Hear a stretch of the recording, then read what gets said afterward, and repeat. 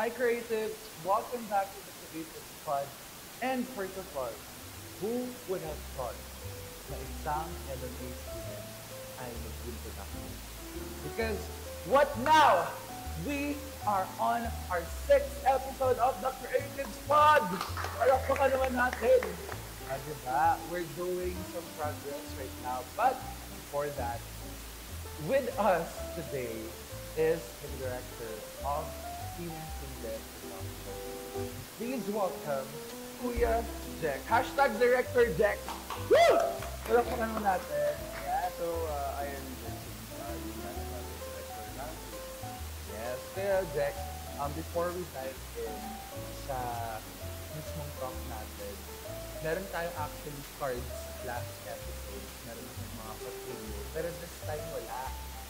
But for this episode, I have asked Direct Jack to bring a significant item na related sa film nila. And I think we have it here. But later we'll discuss about it. But before that, Kuya Jack, can you tell us about the production?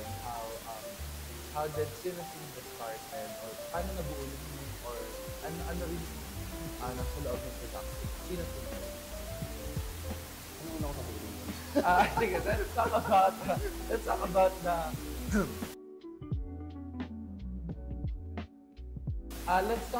the name first. Okay. Cinesim. Paano siya nag-start? Pwede ko sabihin sa camera. Pwede yan. Go. Hindi, ano kasi, parang hindi pwede sabihin to. Parang masususpend ako. Sige. Hindi, Sige. I'm just kidding. Ano naman siya? Sinisilde, naisip namin ano, new members. Shout out sa'yo, Paps. Nag-iisip kami ano yung catchy. Yun, naisip namin, what if Sinisilde? So yung reasoning bakit Sinisilde kasi yung inisip namin, hindi ko sino pareho. Okay. Yun. Okay, so medyo ano lang siya. Normal day lang siya. Tapos nabuo na yun. Now let's go to the production itself. Production team. Sino kayo doon? Ang dami, kasi 17 members kami. 17! Wow! Wala ba sa isang game? Siguro yung mga main role. Okay, so, actually yung team kasi namin, it's not biglaan lang. Ano siya? Because No. Majority ng members namin at this moment is members ko last gabi ng gabi. oh, okay. So, halos yung roles lang din si Renzi Borja, tapos kayo. Renzi Borja, isa rin ng writer. Then si Marcos Bustarde. Then the rest, halos same din namin. So, pati yung mga cam-off, pati yung Okay, so you told me about Gabi ng Lagi.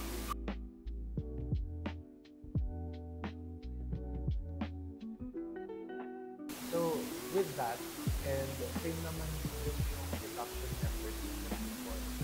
Ikaw rin yung nag-career na Gabi ng Lagi last time. But this time, I feel like this is a big competition compared sa Gabi ng Lagi. Are there any differences between Gabi ng Lagi, preparation ng Gabi ng Lagi, at the ministry? Ang dami. Kasi, first of all, yung members kasi namin, I think below 10 members lang. Yung biglang jump ng 17 members, mas laki. Kumbaga na-warsak ako, paano ko i-handle yung maraming tao. But I took it as a challenge. So, ano yung question? Sorry. Nagkaroon ba ng differences? Like, ayun, in terms of preparation? Sa preparation, ang laki na kasi nagabi ng naging namin pre-prod, shoot mismo, tapos post-prod. I think in a span of lang talaga. 1 week lang, kumbaga. Kasi may breaks nung gawa ng project. Pero kung tutuusin, yung duration ng project natin, just 1 week. So this time, ang haba kasi parang prelims pa lang, inisip namin hindi pa kami pinag-grupo noon, pero kasi yung story ko is talaga na silat. So, kailangan marinig ko sila. So, ayun, ang haba talaga ng season na to the point na ngayon pa lang, in process pa lang kami ng season. So, yun. Isa sa mga nabago is talaga yung way ko ng pag-handle na kailangan habang type na lang prepared na. Sa gabi na naging kasi natin, biglaan lang talaga. Biglaan lang talaga. Spot na. Sige, paano na lang po natin? Eh, hindi siya pwede sabihin kasi malaki. So, that's nice na prepare ka for this episode. But now, let's talk about yourself. So, ano ba yung heart of the storytelling or the storyline of this story? Give us ano lang, a glimpse of what we're going to talk about. Ano, what you guys can expect. So, Yeah, sure. so yung isang OST namin, Venus. Ano ba sa'yo, Argo? Love Yes. you! Okay. From one, One- one, one one, A. one, One A. A. So, yung sinulat niyang kanta yun, ako yung talaga. And very hit sa film natin. So, if you guys listen to the song, malalaman niyo yung story. Actually, napanggan ko yung song. Tapos on the way ako sa school, sabi mo ang init. Tapos nalulungkot ako dun sa tricycle. Napakinggan ko it's a good song. And yun nga, sinabi mo kaya Jack, na it's about music. I think we can talk about this now. So we have here a guitar, which is significant dun sa film. Can you tell us about this item? So, yung guitar kasi, yung naging way yung character yung Jonathan. Yung naging way ng character cope with life. Tapos yun na rin yung naging ano niya, yung source of income kasi was pero due to unfortunate events, it's right. Tapos doon na magre-revolve yung story. Kung ano nangyayari. So, guitar, talagang malaki yung part ng story. Malaki yung part niya sa story. But I can also see here as a cigarette. Now this time, parang medyo heavier item for us yung cigarette. Can you tell us about this? May connection ba to when it comes to the production name or what? Yes, may Production, may siya. connection sa production. Pero sa film, ano kaya? Yun, parang nagiging spoiler. Ay, okay. So, Ano na lang, yung thought process Okay. kung bakit ngayon. kung bakit siya okay. So, yung story ko kasi, it's not really, hindi siya based sa story. More like inspired sa story ko. Kasi, creative process ko when sabihin natin, editor focus sa client, or yung writing. Story. Usually, I smoke. It's a bad habit, I know. Pero kasi, alam mo yun, kumbaga yun yung time ng so, it's yung habit ko every day. Actually, I was about to ask you kung between these two things, saan ka mas personally nagpapalit? I feel like, ayun.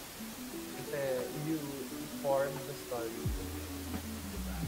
But, either way, yung sa mga nakakilate kayo, I know you love it. Okay, now, Wait lang. Disclaimer. Okay, mag-iwas. yes. It's a really bad habit. Yeah. It's a really bad habit. So at least you're aware. But this time, we're just showing this because it's part of the course. But now, okay, let's talk about the action. You're a big production builder. Did you guys hire or find a different actor outside or in the outside of the production? Actually, isa lang character natin. So, supposedly, ako dapat. Pero, too much yung workload for me. Kasi, of course, how can I direct? Mag-aakit ko na. So, naghahanap ako, I think, parang 1 week din ako ng pwedeng mag-act. Fortunately, biglang nagkaroon na, kumbaga stars align. Yung isang member ko, general. So, yun din. Basta na yung Okay. Now, with that, nahirapan ka ba mag-direct? I mean, you're on the process right now, pero nahirapan ka ba to direct with your film? Especially na isa lang yung actor. Of course, siya lang yung magdadala sa kanila. Nahirapan ba or okay na? Actually, kaya ako rin siya and why I had this talk with him. Tapos na-realize ko, pwede ka. Kasi halos yung kami ng mga struggles. Kasi yung film na to is influence sa mga struggles ko. I guess. I don't know. Pero yun, so, kumbaga nag-sync, ano ba, sync off? No, SYN. Synchronize. Synchronize yung way we think, pati yung mga, Match. Nag-match yung... Yan, nag-match. So, ayun, ang nangyari, buti nga talaga, may coincidence na nangyari. Hindi ako nahirapan kasi, kung ano yung iisip ko, actually, yung isip niya na agad. So, hindi ko na kailangan i-communicate. Actually, Connected. Actually, may isang scene kami, ay, spoiler. Hindi ko na spoiler. May isang scene kami doon, isang mahabang, parang inabot na 5 minutes lang. Ina-expect niya, ida-direct ko na. Wala akong sinabi kahit. Nagawa yung perfectly for me. So, talagang he is meant for that task. But, Jack, naisip ko lang, na malaki kayong production. And you said, ito yung nag-sulat before. Was there a moment when you guys are prepared para hindi sila with some content or talagang Good question. Ang story ko kasi, it's not necessarily written by Tita Lay. Ano kasi yun, nag-start siya, isip ko lang siya dahil, kumbaga, sinatabi. Then, come writing for new media, trinay namin i-develop along habitat natin. Saka iba namin yung although kami so, ang nangyari, maraming things na nangyari. Umuha yung story. Kasi, ngayong, fundamental school, ang ginawa ko is okay sa kanila, then ako, I wanted to be better. So, I wanted them to suggest kung ano yung mga pwede. Kasi alam ko sa sarili ko, and alam namin, na kumbaga hindi enough. So, ang nangyari is, open for all kung may makakontribute kayo sa screenplay or sa story. Kung may naisip kayo na mas maganda instead of this one, suggest nyo sa akin, then let's see. So, ayun yung nangyari. Ang dami namin nagtulong-tulong sa story. Kasi like, kumbaga isang call. Sa Discord kami nag-iisip. So, sa isang call, umabot kami ng 10 people. Nagtutulong-tulong lang. Nag-brainstorm talaga. I did not limit it to the writers lang. Kasi I want everyone to be involved. Especially since most of my team members are first-timers. So, I want them to experience yung iba't ibang roles talaga. Okay. So, ito naman, upon interviewing other production, tinanong ko sila about the project. Was there a challenge with that? Parang, nahirapan kayo. Kasi ang dami nyo eh. 17 members yun sa group. So, magkaroon pa rin kami ng time. Shucks, wala na kayo pang ganito. Ganyan. Sa budget. Sa budget. Natawanan na lang talaga natin yung budget. Sa budget. Pero sagutin? Hirap sagutin. Naman, hindi. Since marami naman kasi kami, nagpa-contribute na lang ako. And so far, kinakaya pa naman namin. Although, open for donations kami kami. Yeah. Please! Anong Facebook page nyo? Sinesinde. CINESIND. Ayun. So, kung mas gusto pong mag-donate sa kanilang production for their film, actually, sayang di pa namin pwede but still, with how you share the story, or like how you describe it, hindi ko ang genre ng drama. Is it? You can share what's the genre. Comedy ako. Pero hindi. Basta, medyo story. Comedy. Not necessarily comedy na, ano, love story. Ano siya? Ano bang, Real life drama. Mix Ano? of ganun. Kasi yung other production, they told me na parang puro drama sa comedy rin. But still, kaya naalam ko, mamaya. pare-parehong drama? Oo. Iiyak ka lang tayo. Yun nga eh, kasi baka tinitiyak pa naman ako ganun. Kaya baka mamaya action pala tong time nyo, di ba? So, ayun, at least I know na medyo maiyak din siya. Pero feeling ko naman, a lot of people will, ang tawag dito, makaka-realize or ang tawag doon? Relate, makaka-relate sa story mo. Okay, so siguro let's go with our last two questions. If this is a letter, yung sunod to, kanina may bibigay ko sa It's, ano, para sa mga hirap na sa buhay. Mga wala nang makapita na desperado na stay. There's a liver for hope. Cling on that river. And I love that, ha? Okay, now, last. Looking back, what surprised you the most about yourself today? What surprised me the most, ano, kaya ko pala. Kasi sa production, actually I worked naman in production. Isa sa mga surprise ko sa akin, na kaya ko pala mag-direct. Kasi usually PA lang ako. Not necessarily na mababang person PA lang. Pero kasi pag PA ka, you don't necessarily have a creative stuff. Since you are mag-assist sa mga people. So, ayun, PA, gaffer, bumop yung ganun.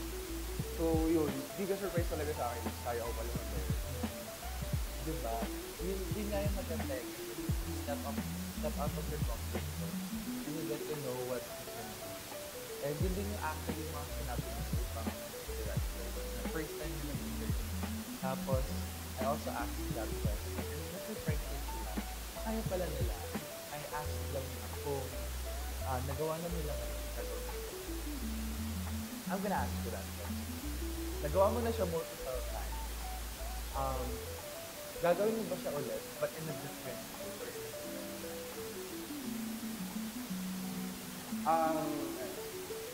Definite answer is yes. Kasi I feel like ang quality talaga yung storytelling. So kahit hindi man short films or feature length, kumbaga gusto kong mag-direct pa rin yung creative direction na ibang project mo. Kasi ang laking big thing for me to express or to help express messages to people, to the audience. That's nice. Kasi every person is a story to tell. And I think us creatives, being given a chance to share our stories through film, it's a great opportunity. Kasi a lot of people want to share their story and inspire others. And I think your story will help us realize that there are people who experience this kind of problems or struggles. And it's a wake-up call to anyone, to everyone, para to check up on their friends then. So, I don't know yet what their storyline is, but feeling so we can have that reality. But again, Kuya Jack, thank you so much. I think medyo nag-ano tayo. Sige lang. Cut na lang natin. Cut po natin yan.